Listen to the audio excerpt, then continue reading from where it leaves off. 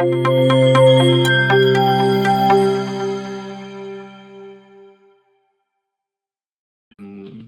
through the topics of the course, you will have time to explore them in the next weeks and months in the online platform, in the other international panels that will happen.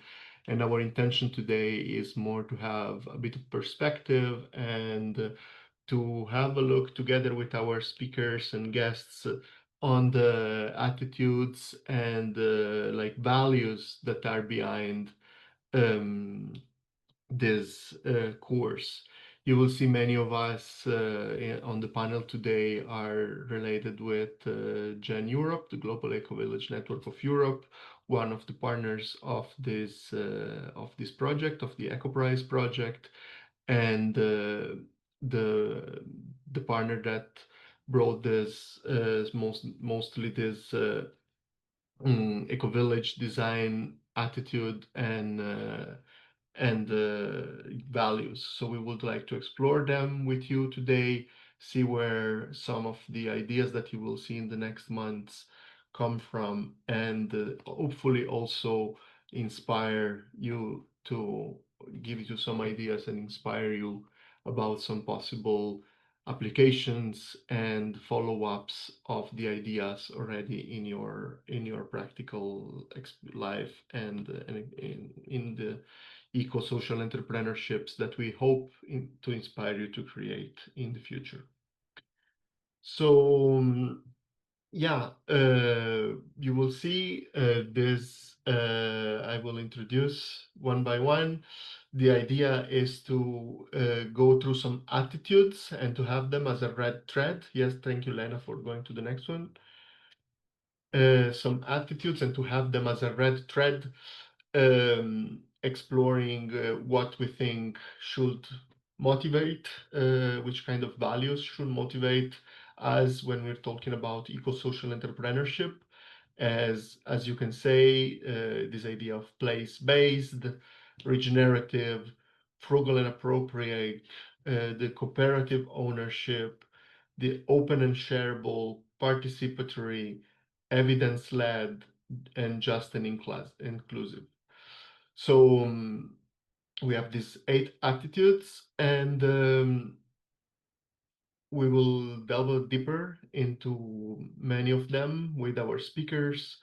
But for now, I would just like to look at, for you to invite you to look at this, take this as a closed box before opening it, look at these attitudes and answer the next poll. So we're going to the next one and to interact on Slido. So please Lena, move to the next slide. And yeah, and you will have again the link to Slido. You can join us going to slido.com using this code or scanning the QR code in your with your phone. And please tell us which of these attitudes that I just presented you think you will miss the most during the next year. And we will have a couple of minutes for that.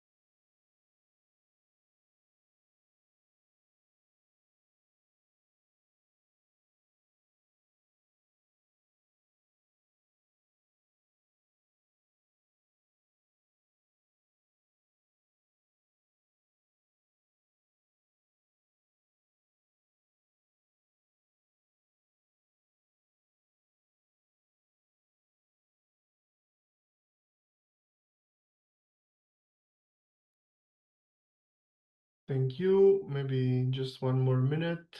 There is a lot of people and we would like to have a few more answers still. Also, maybe take the opportunity to say, Mania, please look at the chat.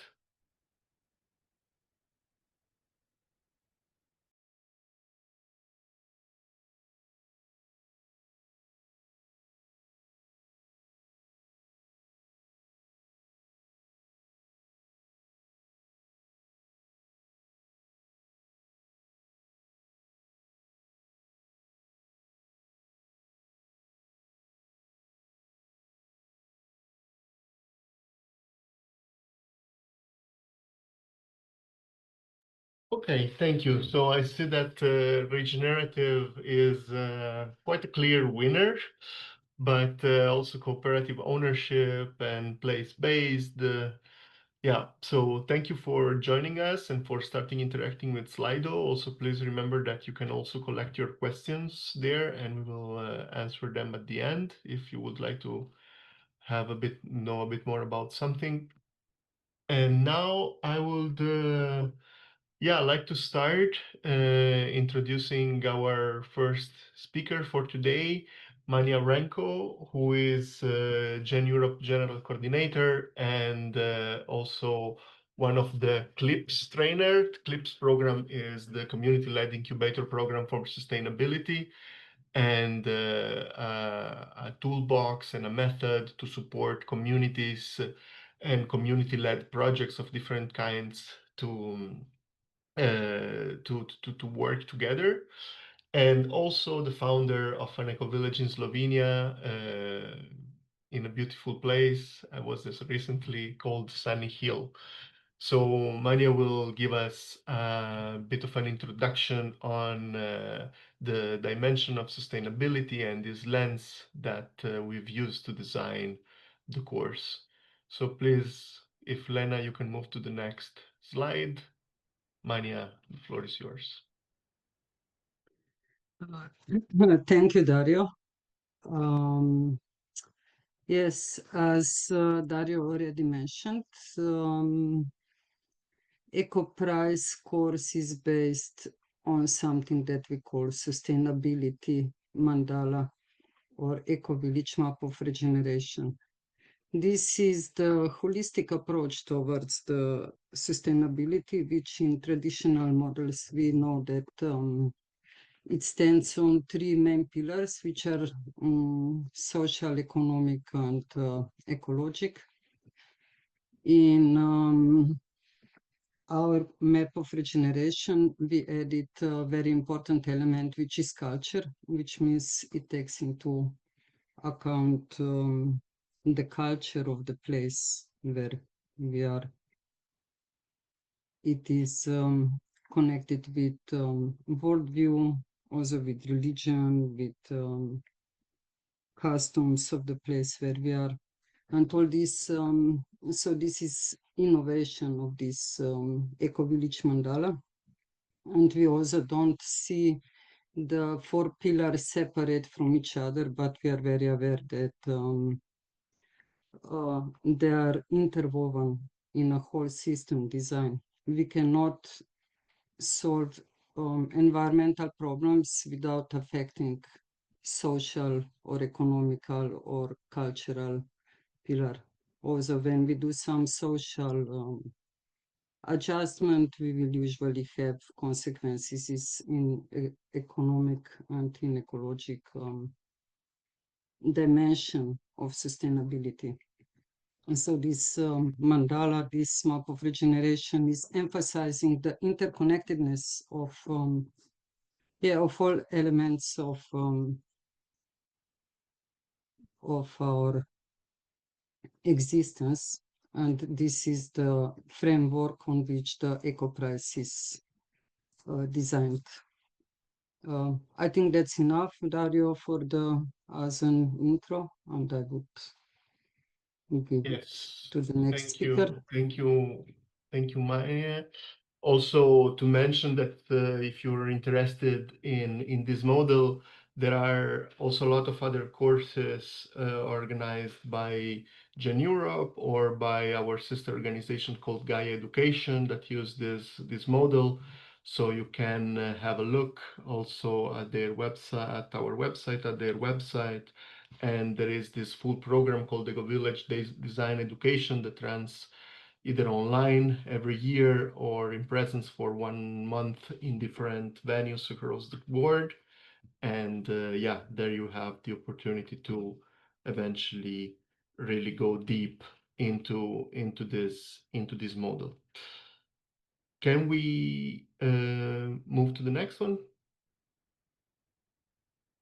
Yes. So I would like to invite as the next speaker, Samuel Delesk. I hope I am pronouncing it well.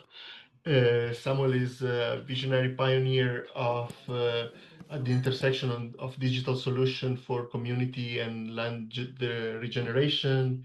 He is the founder of Closer and also of the community traditional dream factory in Portugal. And we will have the chance to hear more about these projects. But first, we wanted to also have in this panel some insights on the more innovative aspects and corners that are being developed in the field of community building and land regeneration and the movement and the Ecovillage movement and the broader Ecovillage movement. So yeah, Samuel, So, please tell us about your work. yeah, thank you, Darren. Nice to be here. And yeah, basically my background is in technology, and I spent a decade working in tech. And but before that, I had a background in community as well. I grew up in community, and I wanted to kind of make that bridge and to see how we can leverage real estate as a force for good, as a force to conserve nature.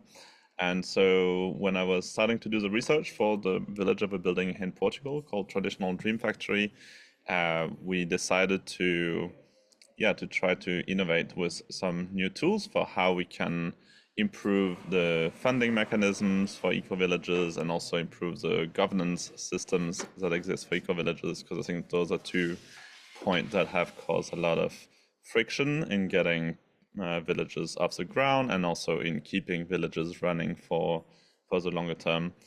And so yeah, so I just want to touch base on a few little points, and of course you're very welcome to come and explore more if you're curious on our website. We share a lot of information and so on. But so the first point is that we need new tools to fund eco villages. And how do we do that? Well, there's the way that we've been doing it is through crypto, at least in part. Why did we choose crypto? We're choosing crypto because we can basically build our own game. We can design new frameworks and new models for designing access to real estate without being tied to the old models. And so the token that we design is basically a utility token that gives you access right to live in an eco village. That means that the land isn't owned by anyone necessarily. So the idea is that the land can own itself. It's similar to what a land trust structure does. So it's trying to put more of a regenerative vision on the land and locking the land into regenerative commons that can keep growing and keep flourishing throughout future generations. And one particularity of what we're trying to achieve is that there's more and more technology that can enable us to actually make it evidence-based, that we can have data-driven regeneration.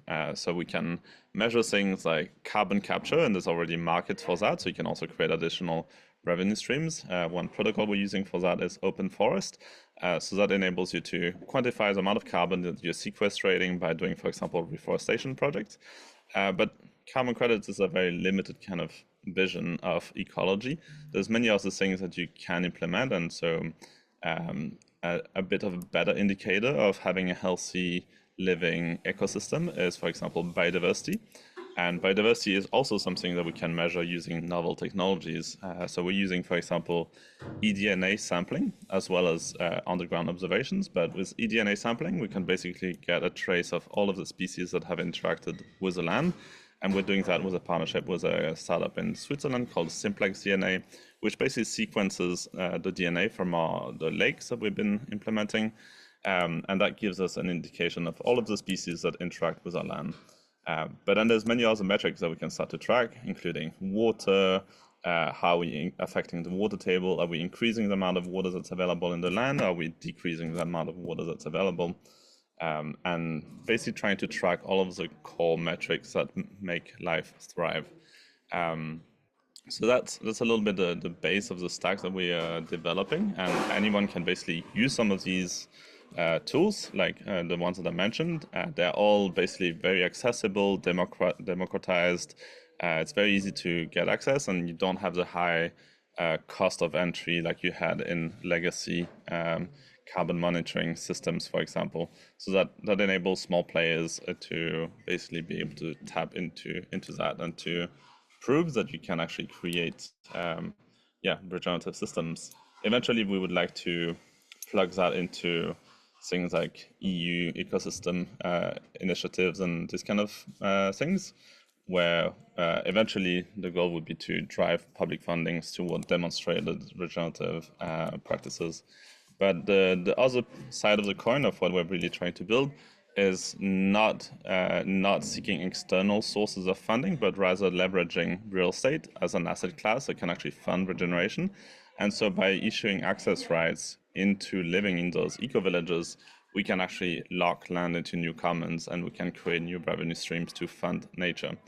And so this type of tokenized real estate that we set up, essentially it's kind of like a glorified timeshare that gives you access to a certain number of nights. In our case, it's one token corresponds to one night per year, every year, forever.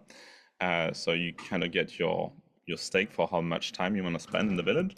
But then by starting to having this digital infrastructure that also enables you to have access to new governance tools, because now we're no longer limited to having one share, one vote, or having one person, one vote, like you have in traditional systems, but you can create novel formal governance that are based on other types of engagement. For example, in our case, one metric that we've been developing is proof of presence. So that basically tracks how many days you spend in the village every year. And so that means that instead of having a binary yes or no right to vote, like a citizenship in a country, instead here it's based on how much time you actually spend in that place. Then you get a weighted voting to make the decisions for how that place actually evolves over time. So yeah, that gives us a lot of interesting, novel ways to think about governance and funding. And I think the beauty of Web3 and this whole tokenized approach is that we can really design the type of games that we want and creating the right kind of incentives towards regeneration ultimately, and also towards better coordination and on-the-ground cooperation between humans. And so far, I mean, our model is still young and still fresh, but basically we've been operating for about 5 years. We launched our token about 2.5 years ago, and so far we've raised about 1.1 million in total for the village. And what we're doing is we're combining traditional funding, so mostly in the form of loans, secured loans that are backed by the assets, together with this novel type of token-based financing. And so this combination of the two gives us access to all of the legacy like financial infrastructures that already exist, including banks and lenders and investors, but also people from the village that want to park their money in a secured vehicle where they know that they can get the money out eventually. But with the long-term game being that those lands belong to themselves and that there's no outside debtors that we have to repay over time. So having this combo of assets that are being repaid and capital that is not being repaid in the form of loans that enable a stronger financial base for the project. So yeah, we are also in the phase of expanding out from co-living. So far, like the pictures that you can see in the background, this is the chicken farms where I'm sitting right now, and where we've been basically developing a co-living concept around some of these values and building some of these primitives. But we're also expanding out this land on 25 hectares with a whole co-housing concept where eventually there's going to be about 100 people able to live here. Thank you, Samuel. I think we will also have the chance to go a bit deeper on this fascinating story a little bit later. But thank you for introduction and for allowing us to start thinking also how technology, can open new possibilities for communities and for land regeneration. So maybe Lena, if you can move to the next slide. I would just like to both of you to shortly think, Samuel and Mania, to both shortly reflect on what attitudes do you think are related with what we just heard. Thank I you. I kind of chose evidence-led. I mean, I think it's a mix of kind of all of it, really. But evidence-led is the one that I'm enjoying right now because, yeah, what we're doing is trying to put those things into actual numbers and into things that can find their way all the way onto balance sheets, and tracking the net positive effect that an eco-village can have, because then we can start to share language between institutions and regenerative place-based makers. Thank you. Mani, what would you say? I see few here, but maybe I would choose cooperative ownership. It's as Samuel said before, they have one person, one vote. However, maybe it's not the ownership in the term of who is the owner, but in the management, no? Like they're taking decisions together, and one person has one vote, no matter how much shares they have. And I would also connect this with participatory and inclusive. So Yeah. quite Yeah, some thank you. attitudes. And this actually brings us straight to the next point, which is also with you, and it will be a conversation about governance model and bioregional entrepreneurship, and it will be between Mania, that I already introduced, and Johannes Kubel, that also is here with us today. Ecosocial entrepreneur catalyzing community-led transformation in the field of food and housing, is one of the Gen Europe Council members and also founder of several Ecopreneurship. Really the person when we wanted to organize a panel about Ecopreneurship and invite people from the Gen universe, let's say. The first one that came to mind was really Johannes, founder of several Ecopreneurship, Jupiter House, Lightwave, Copernicus. So yeah, I would like to invite both of them to introduce a bit their topic, their experiences, and then we can have a short conversation. So Mania, please, maybe you can start, and Lena move to the next slide. Yes, so thank you, Dario, again for. As you said, I am to talk about governance and also social innovation. And as a co-founder of a small eco-village, and in my position as a coordinator of Gen Europe, I can say I have quite about 10 years of experience with participatory governance models and some group dynamics. Dario also mentioned that I'm a community incubator trainer. And community incubator is all about group dynamics and tools that help us navigate through stormy waters of living and working together. From the point of view of EcoPRISE, which EcoPRISE would be ecologically and socially conscious business model, which brings us to the point that maybe not the only aim of an EcoPRISE is the profit. As usual, businesses are profit-oriented, but an EcoPRISE would probably also look into other benefits that are not monetized. And this is a benefit for the local community, for example, and also benefit for environment, or at least making minimum damage to the environment. When we speak about environment, we usually think about the place, how the place looks like. I also saw in the attitude wheel, it's place-based. What do we do to the place? But place is also air, water, humans, animals. It's the whole ecosystem of interconnected life. And an EcoPRISE would be would take into account all of now mentioned elements of an environment. For such, to follow this aim, we need participatory processes and participatory decision making. We have different governance models, and usually in the businesses we have hierarchical. In the best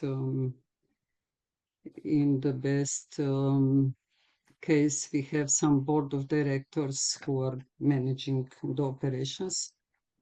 And in Gen Europe, we chose different model. We are using so-called sociocracy. Sociocracy, we believe, is at the moment the most participatory and horizontal governance model that is available and has been tried out. And what is sociocracy? The model was developed in 70s for Dutch factory, I think. It was over 200 employees in that factory, and they tried with this model. Specific for the model is that the decisions are made in working groups in areas by the people who are operating in certain area and include everybody who is going to be affected with certain decision. So it's not somebody thinking somewhere in an office about how to manage a problem that is happening completely somewhere else, but actually bringing in the person who is going to be affected with this decision and hear their needs, their problems, and get information before the decision is done. We can see, I will go a little bit out of the business now, but we can see that also in the politics is happening often, that there are some heads in big offices, in big buildings, taking decisions about farmers, and they never even saw or about farming, because this is the very extreme thing, no? And they never even touch the soil. Such people cannot take decisions about farming without including farmers into the decision. I just took this as an example to see how important it is to involve everybody who is affected by a decision into a decision-making process. And sociocracy is organized by this. So other elements of sociocracy are decision is made by people who are going to be affected with it and people who are working on certain area.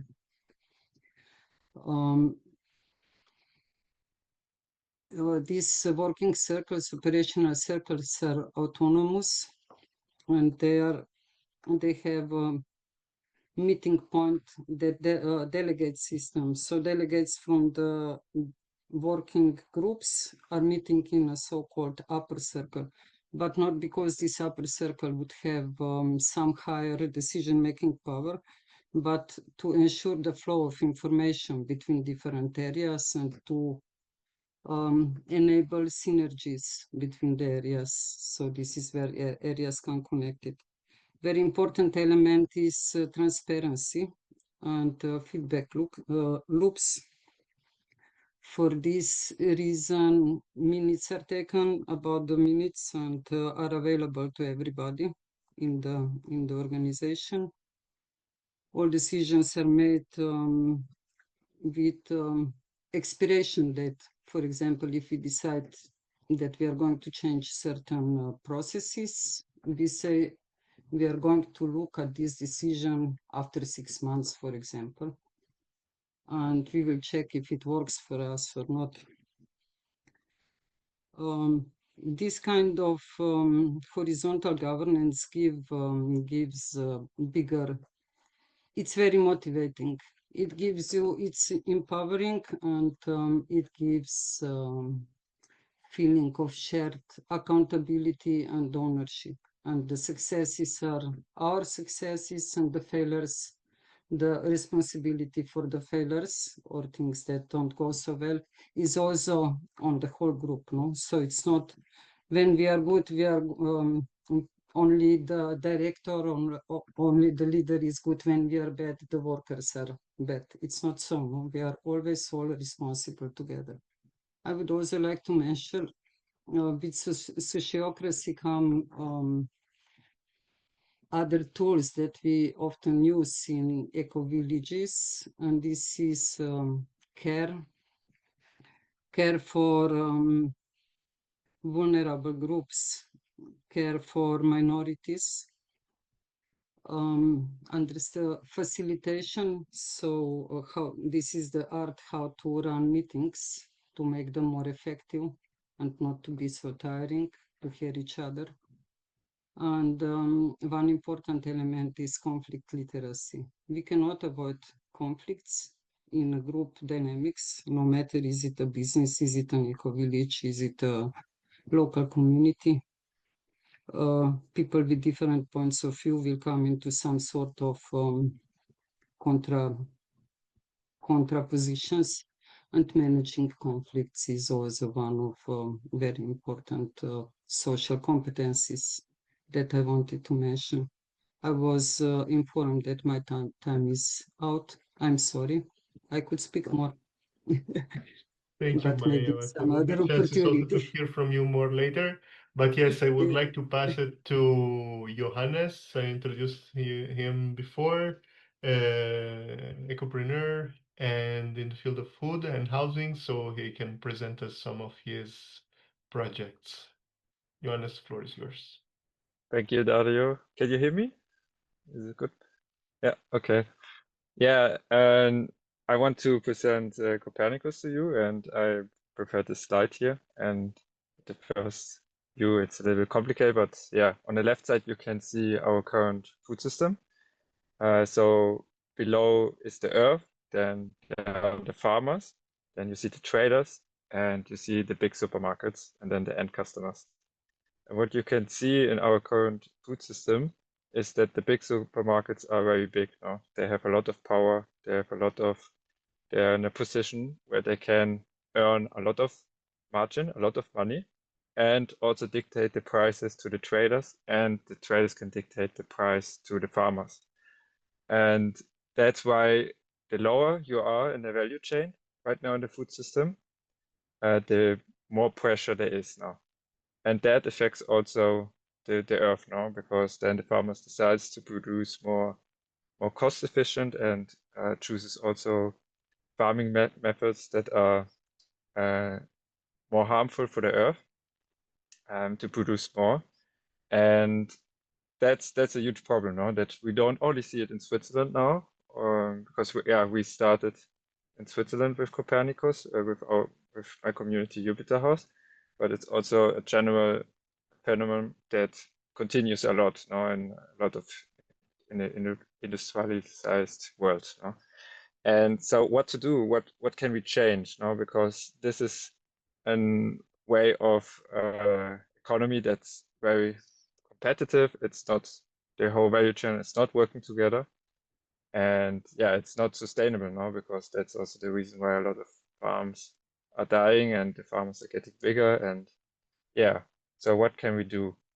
What we can do is to have more cooperative approach, so cooperative ownership, community ownership, and that's why we started with Copernicus, with the cooperative, where the whole value chain, so the farmers, the grocery stores, the restaurants, the logisticians, are all organized in one umbrella organization. And we are thinking regional, so it's very connected to the region. We are not thinking national or multinational. We're thinking more like a regional community.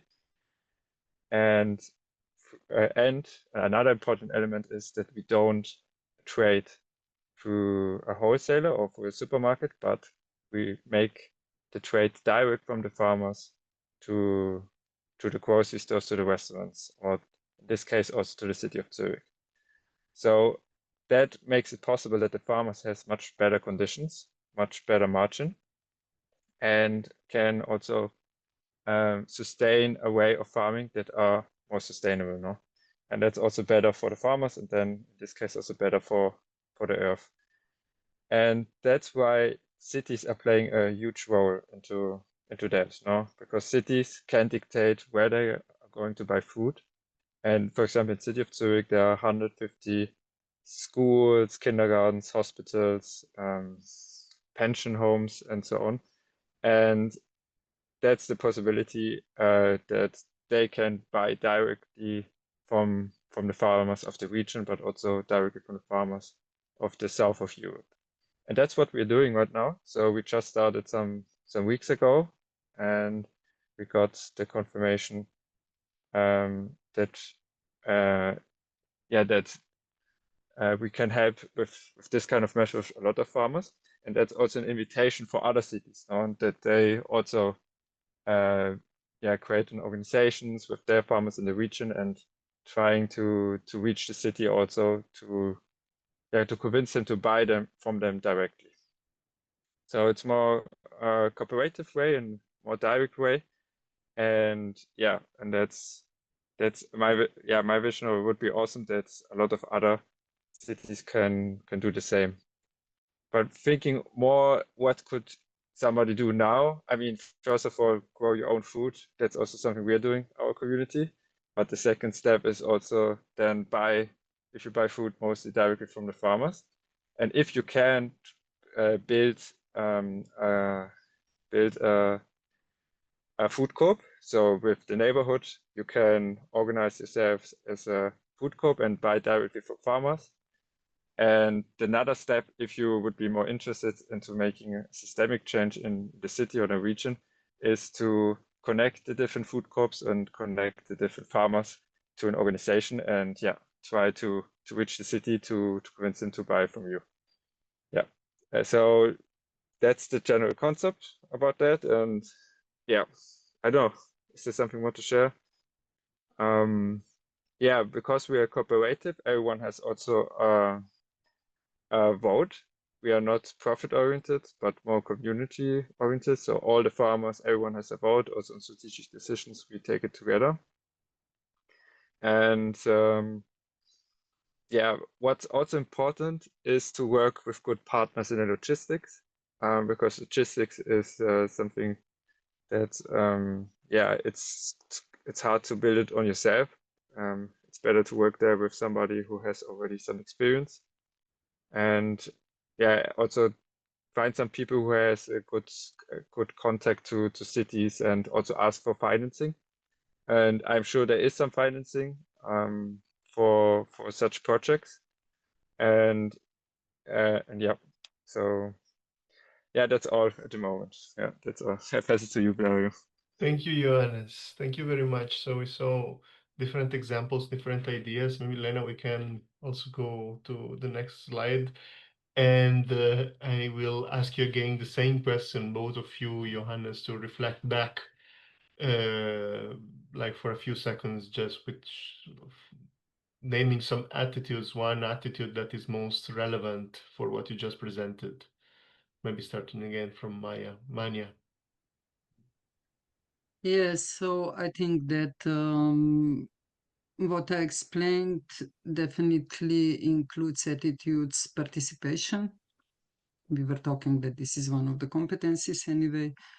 The governance model that I tried to explain is just and inclusive, at least we believe so. And of course, also cooperative. So that would be the three attitudes that I think I covered with my presentation: participation, justice and inclusion, and cooperation. Thank you. Probably also open and shareable. Yeah, most of the things that we are saying here are open and shareable. Thank you. And Johannes?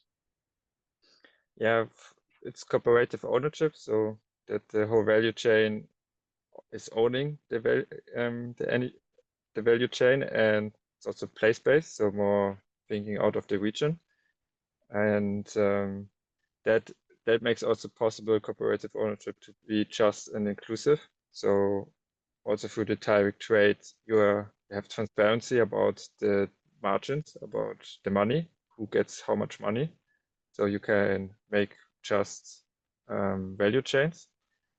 And so at the end of the day, it's also regenerative, because now, yeah, we have a very destructive agriculture system, and this is the approach to make it much regenerative again. Thank you. Thank you both.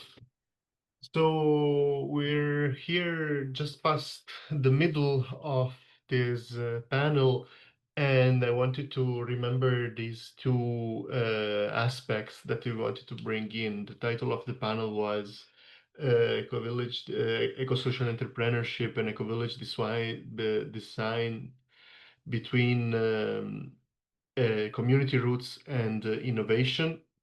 And we really saw how this value-based participatory governance model can really empower communities. And now we want to look a little bit more again into the innovation part. And I would like to invite again Samuel to tell us a bit more about this, if possible, very concrete, very specific examples of things that you're doing in your community in Portugal, and maybe give us more detail of this governance models and also Francesco Godano after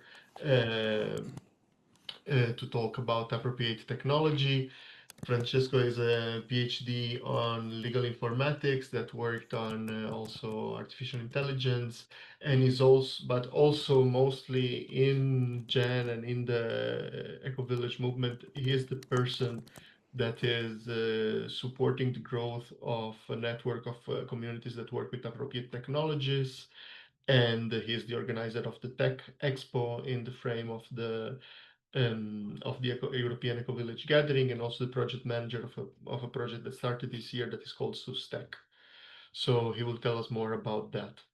But first, maybe I would like to invite Samuel to tell us a bit more about Traditional Dream Factory and what you do there. So Nena, Yeah. the next And hey, Francesco, good to see you again. Yeah, I mean, I can basically just dive a little bit deeper into some concrete things about how we've been setting up things. I was talking a little bit about before how basically we want to measure and quantify our not just sustainable practices, but actually our regenerative practices of how we are increasing the capacity for life to flourish in this location that we're based, and increasing the basic elements for life. And so those are things that you can also find on our website on oasa.earth. I'll put it into the chat. But basically, OASA is a nonprofit that we set up at the core. And so OASA is a Swiss-based nonprofit. And so OASA is kind of this bridge between our mission and purpose, which is to regenerate the land, and then how do we then pass it down to the actual people on the ground, and how can people actually participate in this regenerative economy? Because humans are part of the picture. And so OASA is based on 7 main principles, and those, I mean, essentially you can map them to the SDGs if you want to, or you can map them to, there's another framework called the ecological benefits framework, which I think is a bit more clear and a bit more simple, and maybe less prone to greenwashing. But anyway, we came up with this framework actually before the ecosystem benefits framework was out, but basically now we are pretty closely mapping to it. So the first one is around soil, measuring and the impact on the soil. And I mean, those are some very concrete things that you can measure. And there's some very concrete actions that you can take to improve your soils pretty much anywhere in the world, especially compost, using biochar, soil cover, organic matter, growing food from forests instead of from fields. So yeah, it's we need to shift our food system. That's like the big part of it. And I think eco-villages can really be part of that narrative, because we can have the influence on the whole production line, integrating both the inputs and the outputs when you have a whole system approach. And the second principle is around water. So especially for us here in Portugal, it's water is like one of the most important things. The whole Iberian Peninsula is desertifying. Right now, we're getting around 400 millimeters of rain every year, but that's projected to be going down to like mid 200 over the next decades. And everywhere around the world, I mean, we're seeing the same issues. And ultimately, water is actually a very simple thing to solve as well. Like we're seeing it in the Green Belt in Africa.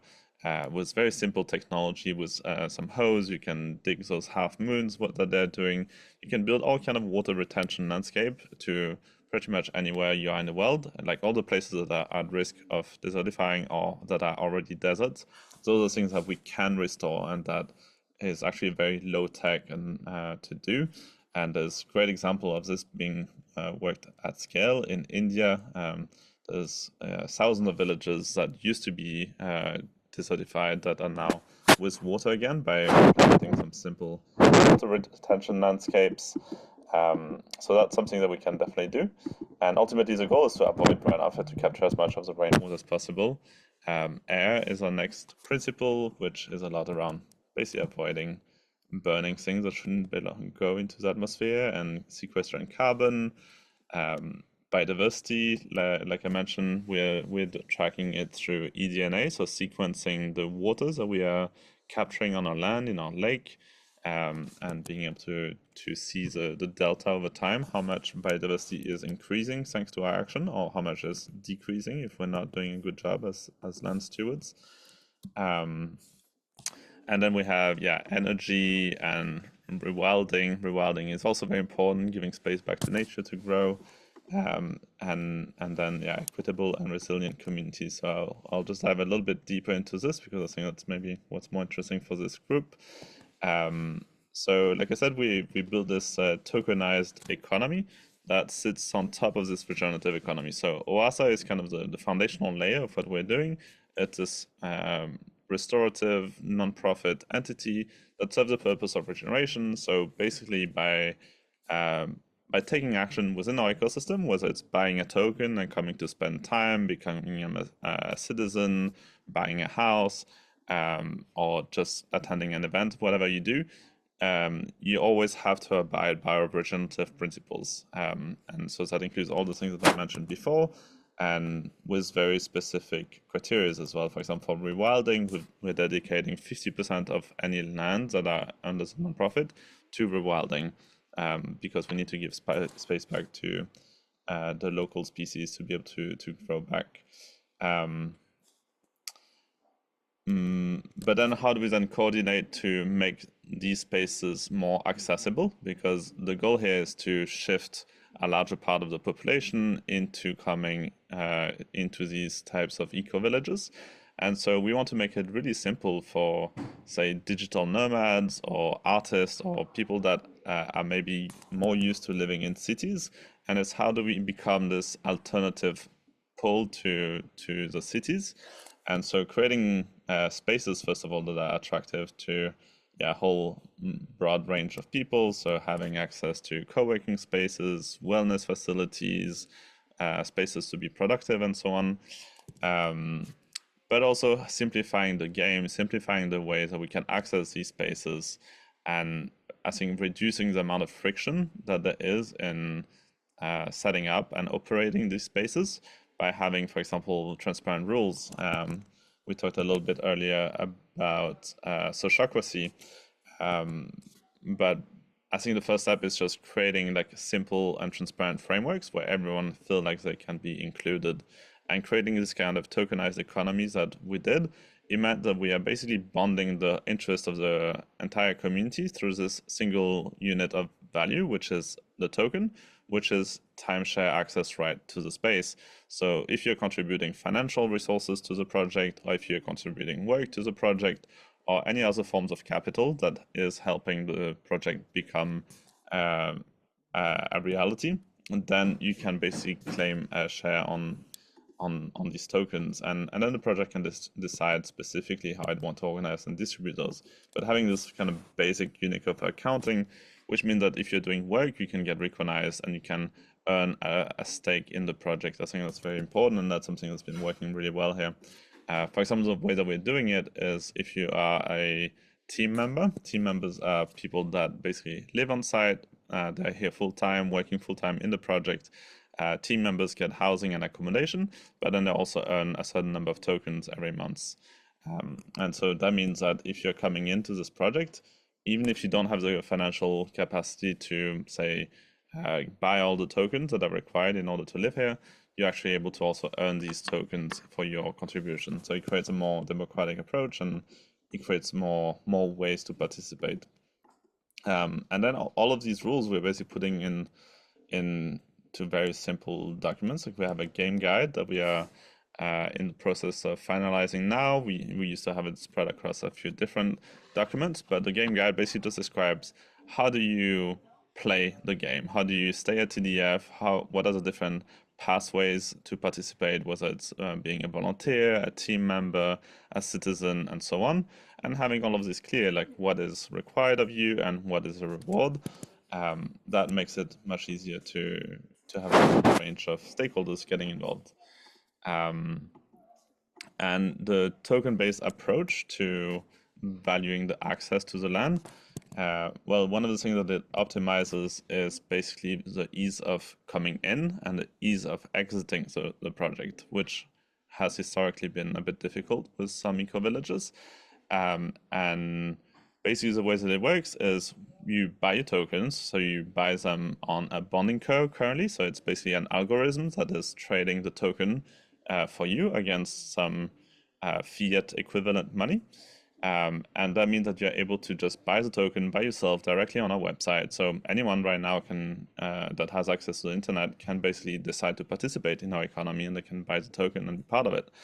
And then on the other end, if you want to exit, as soon as the token becomes liquid, it means that anyone can then resell their tokens and they can basically exit the project. They can also, for example, swap their token in this project to another project. So if they're moving to another country and they want to participate in another project. So you kind of open up the doors for more liquid and flexible access to this kind of real estate. And maybe just, yeah. Thank you, Samuel. Sorry for interrupting you. I think that maybe there will be also some question on this, so maybe they will be able to also ask you some directly some question. And I invite you again to all of you to go to the Slido and to start posting there your questions if you want. But yeah, I'm sorry, but we need to move on, and I would like to pass the floor to Francesco to tell us a bit more about the concept of appropriate technology and his experience working with that. Yes, thank you, Dario, and hello to everybody, and thank you for inviting me. And hi, Samuel, nice to see you again too. So I think my my role here is to offer like a bit of to complete a bit this perspective on technology as a tool as one of the tools for eco-social design and entrepreneurship that we're dealing with today, and to give a bit of a sense of give a few pointers on like the role of technology more in general, and how to embed technology in, as it's written here, community-based regenerative systems. We use the word sustainable technology here as a habit, but it's something that we think that can belong to a regenerative design approach too. So what is the context of this issue is that we think that all technology, be it high or deep, intermediate and low, should have certain features, and some of them have already come out through Samuel's speech, but not only.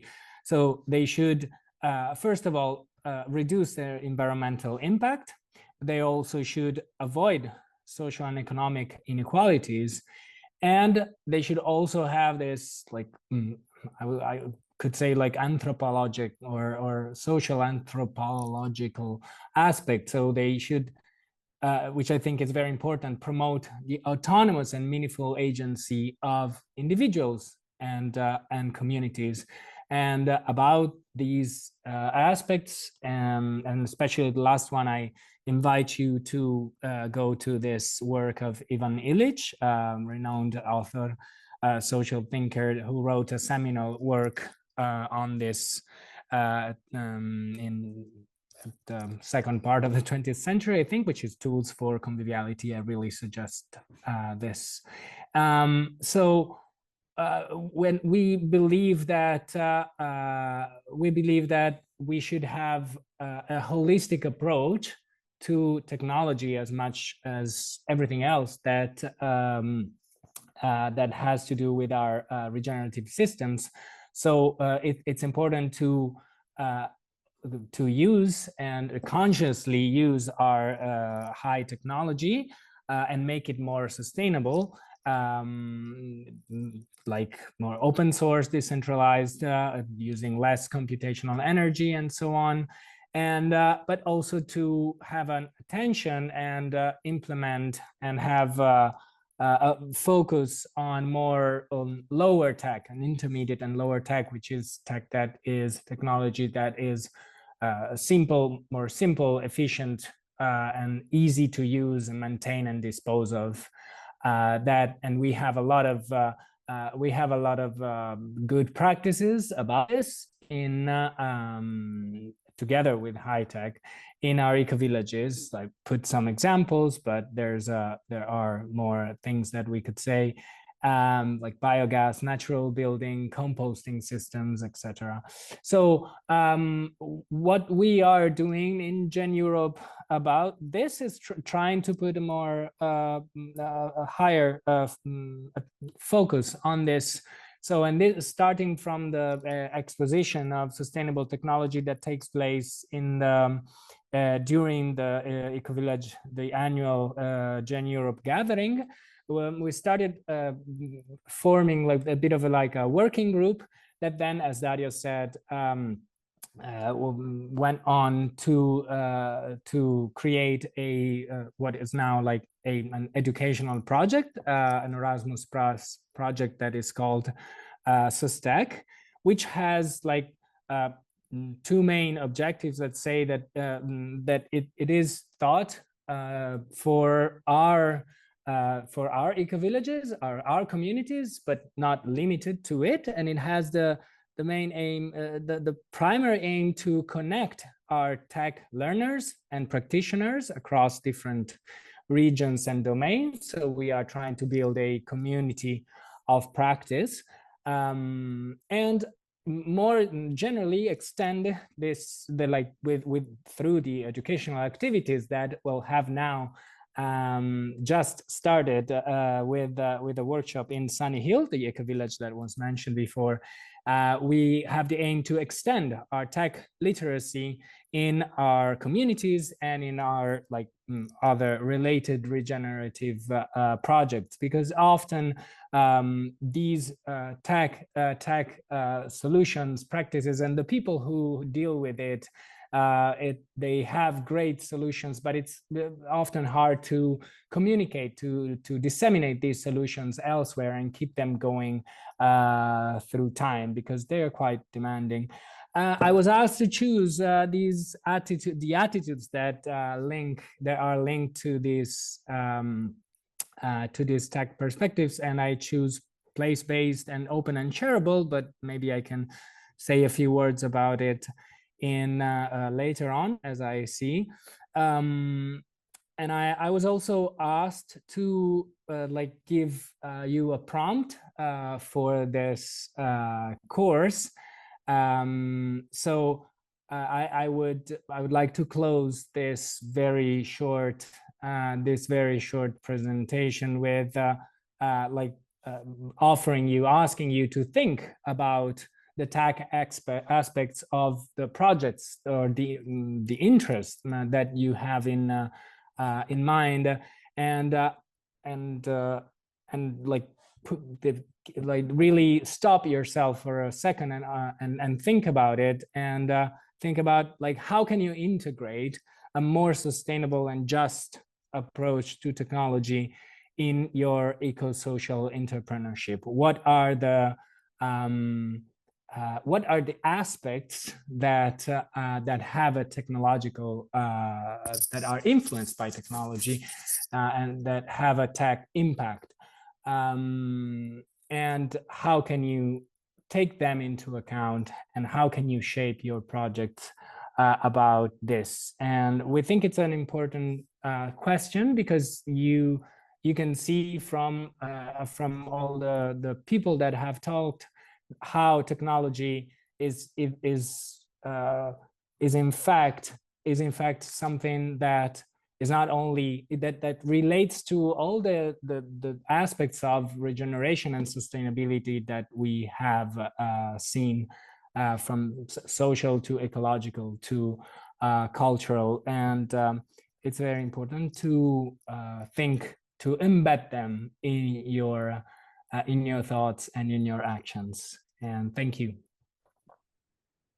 Thank you, Francesco. And if we can move to the next slide, you said you were holding your attitudes for later, but Samuel told us about the attitudes before. I think that, yeah, maybe you can just tell us, yeah, which attitude you think what you just said embodies. Yeah.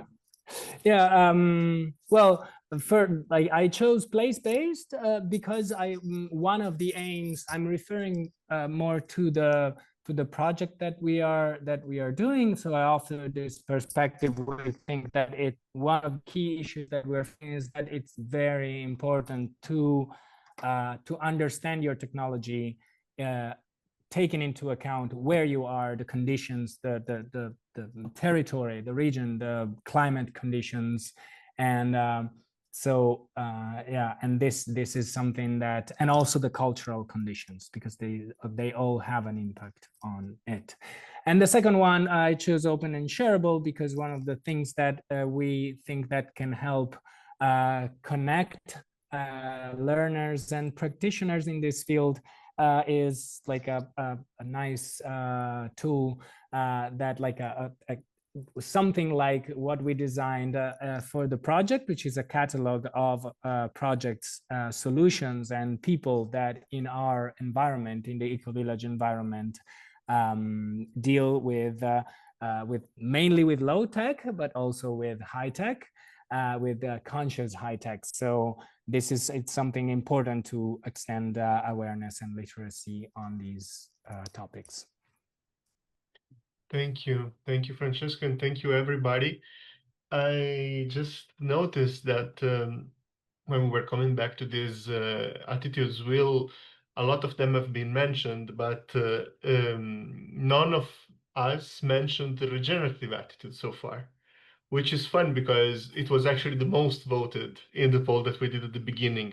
But I guess that this was just because at the end, this is also something that keeps all of what we're doing together, and this idea that regenerative, no, this idea of trying to give back, of trying to move also eco-social entrepreneurship out from the extractive logic of an economy that takes value from relationship, takes value from natural environments, and tries to build something that gives back instead.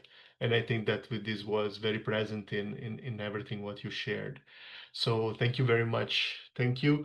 And I would like now to invite all of you in our audience to go back to Slido. And it's time now for you to, we're having a bit more than 15 minutes still together, and we would like you to help us to wrap this up. And to join at Slido, use the code or the QR code, pick one attitude and write a 7-day micro experiment you can try, something that you can do immediately, applying one of these attitudes to your life, to your ecopreneurships, if you're already active in some, or if you're thinking about some. Maybe you join the ECOPRISE course with some ideas, and you think that some of these attitudes can be useful for you. So please go to Slido and give us some idea on how these attitudes can be applied.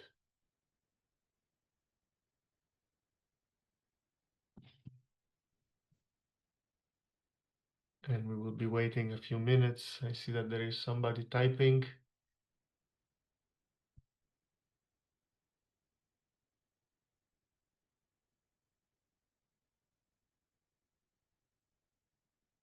And maybe Lena, when the first arrive, you can also help us to read together, if it's okay for you to open your mic.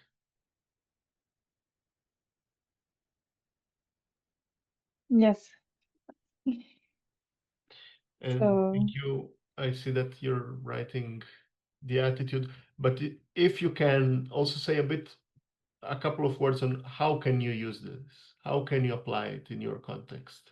How would it look like for you to apply this attitude to what you're doing? Thank you, Lena.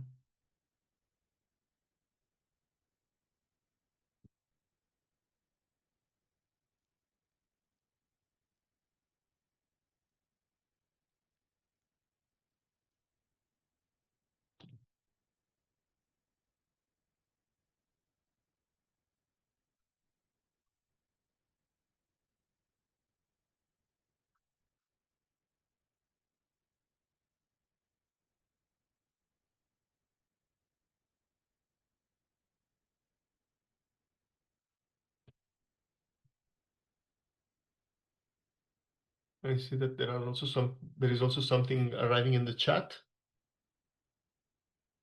and also something is arriving on on Slido. I don't know, Lena, how's your Portuguese? I don't know. Maybe Samuel can help us not that here. well.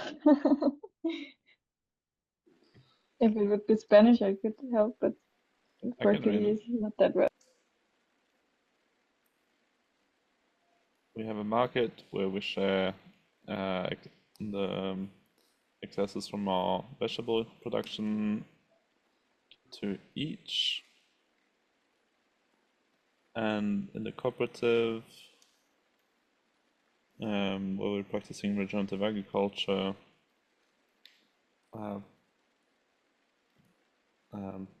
local sales and local market, I guess.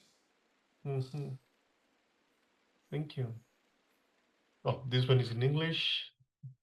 So maybe, thank you, Samuel. Lena, you can go for the next one. Yes, so there was one person sharing. Oh, now it's moving. Okay. For 7 days, I would use only the things I have, no purchasing new things. I can repair old stuff, share some new things with my friends and family members, borrow something if needed. Thank you for that contribution.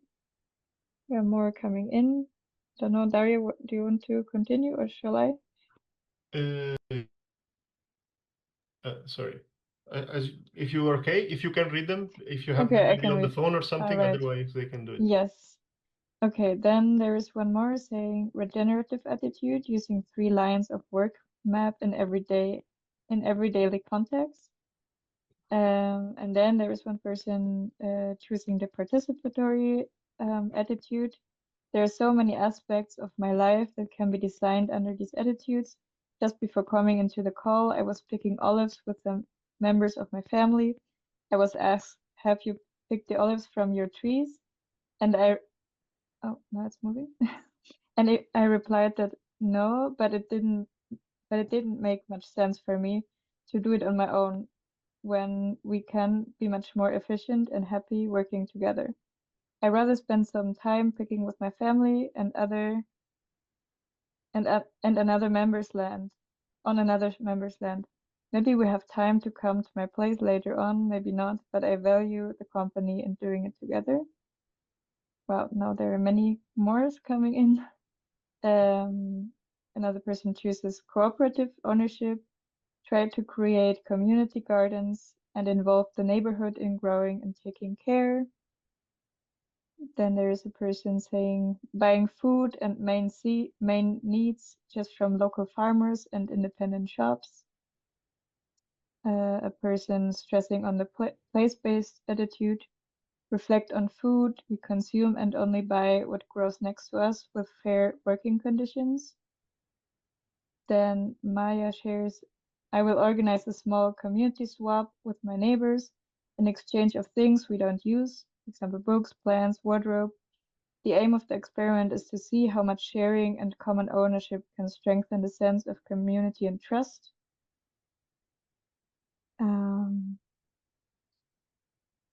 Well, Then thank there's you.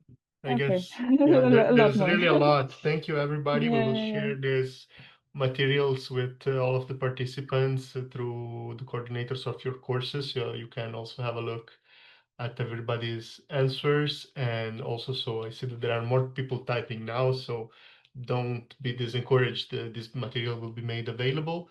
And maybe we can also move to the questions and answers to the next slide. Yes. So, well, one less. Thank you. So we got some answers also here. We will be able to answer some, but we will try to answer also the others later and send you the materials after the call. So how can we be able to use technology for good regenerative purposes if tech itself is created by and for corporative and capitalist interests? Oh, wow. Well, I saw Samuel opening the mic, so maybe you want to say a few words about this.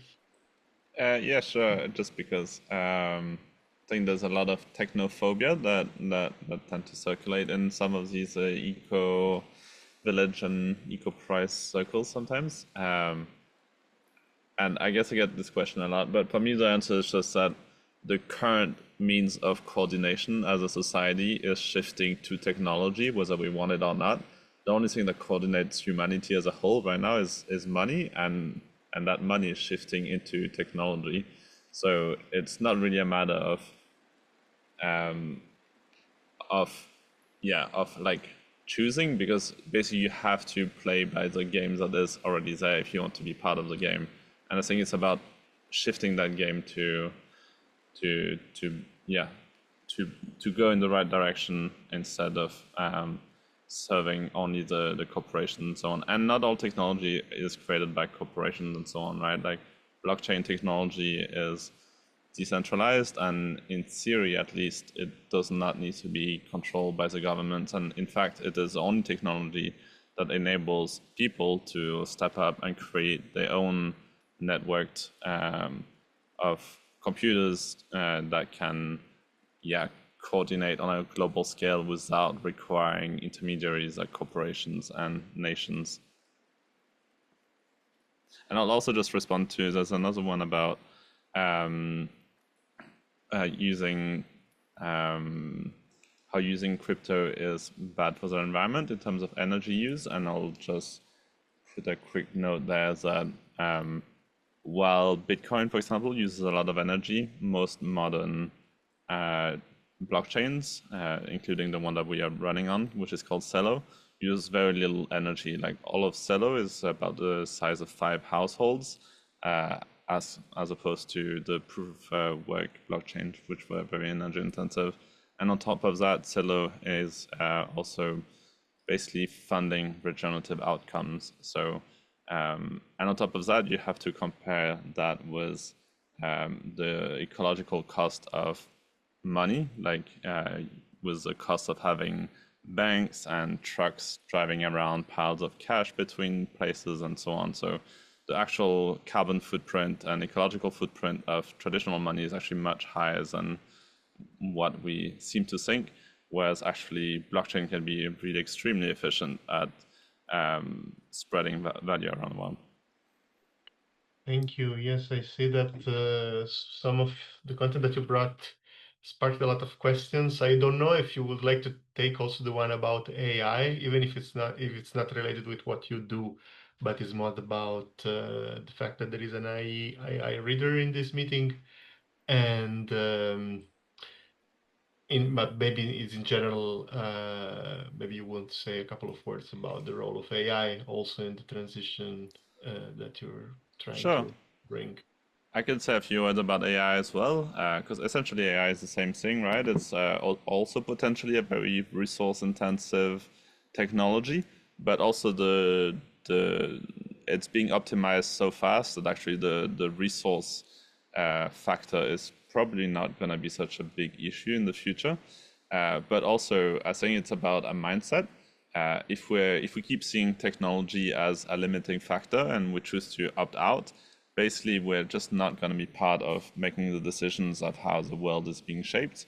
Whereas the kind of movement that I come from and that I want to be part of is more from on the solar punk side, and is trying to see how can we actually use technology to our advantage. And we have already run experiments here at TDF, for example, having computer-generated food forest designs. Like how can we use computers to optimize for natural resources and optimize nature to be, to work more efficiently and so on. And that just goes to show that technology can be used to work in collaboration with nature. And I don't believe we're separate, and I believe that actually technology is just going to be extending out the values of nature eventually. Thank you.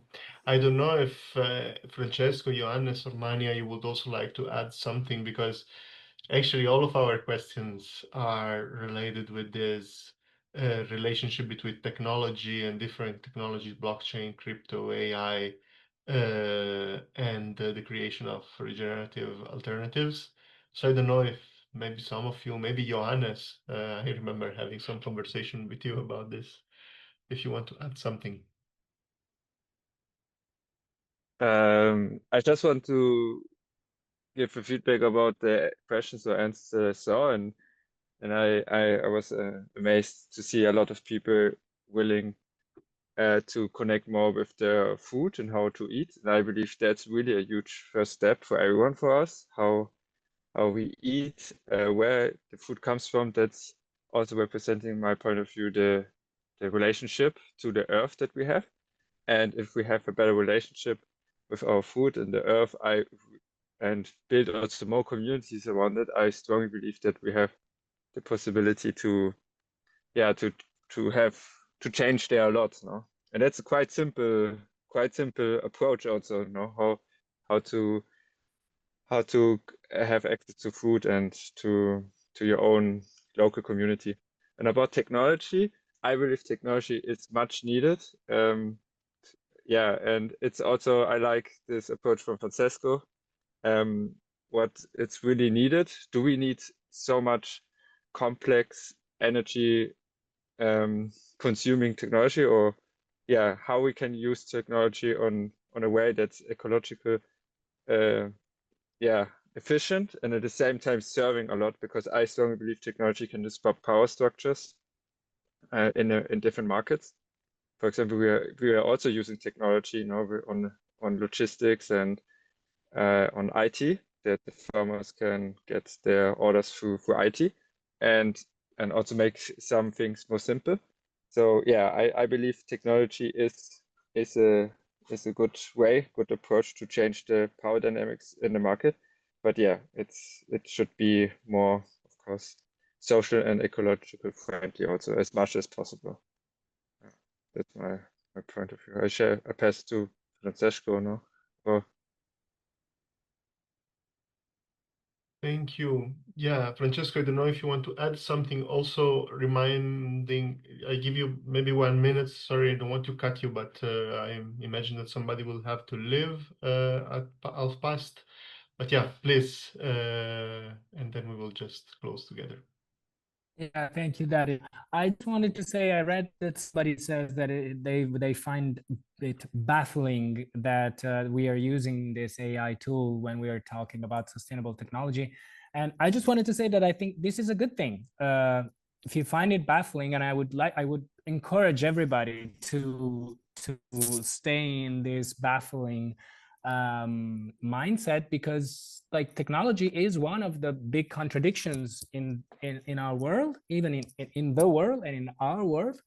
And I think it's good to I think the most important thing is to focus our attention on these contradictions, and how to live them and intervene in them, act on them, rather than, as some will say, rather than opting out, which is not really an option. So yeah, I think it's a good spark for critical thinking, which is much needed. And even in high tech, there are good examples of decentralized systems, tools, solutions. So take this as an opportunity to inquire into this. Thank you. Thank you, Francesco. Thank you, everybody. Maybe Lena, you can stop sharing the screen for the closing.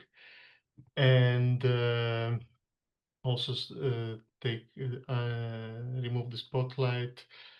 And yes, so thank you, everybody. Again, this panel was Ecosocial Entrepreneurship and Ecovillage Education between Community Roots and Innovation. And I love that it sparkled this debate about the role of technology in the transformation that we want to bring in the regeneration.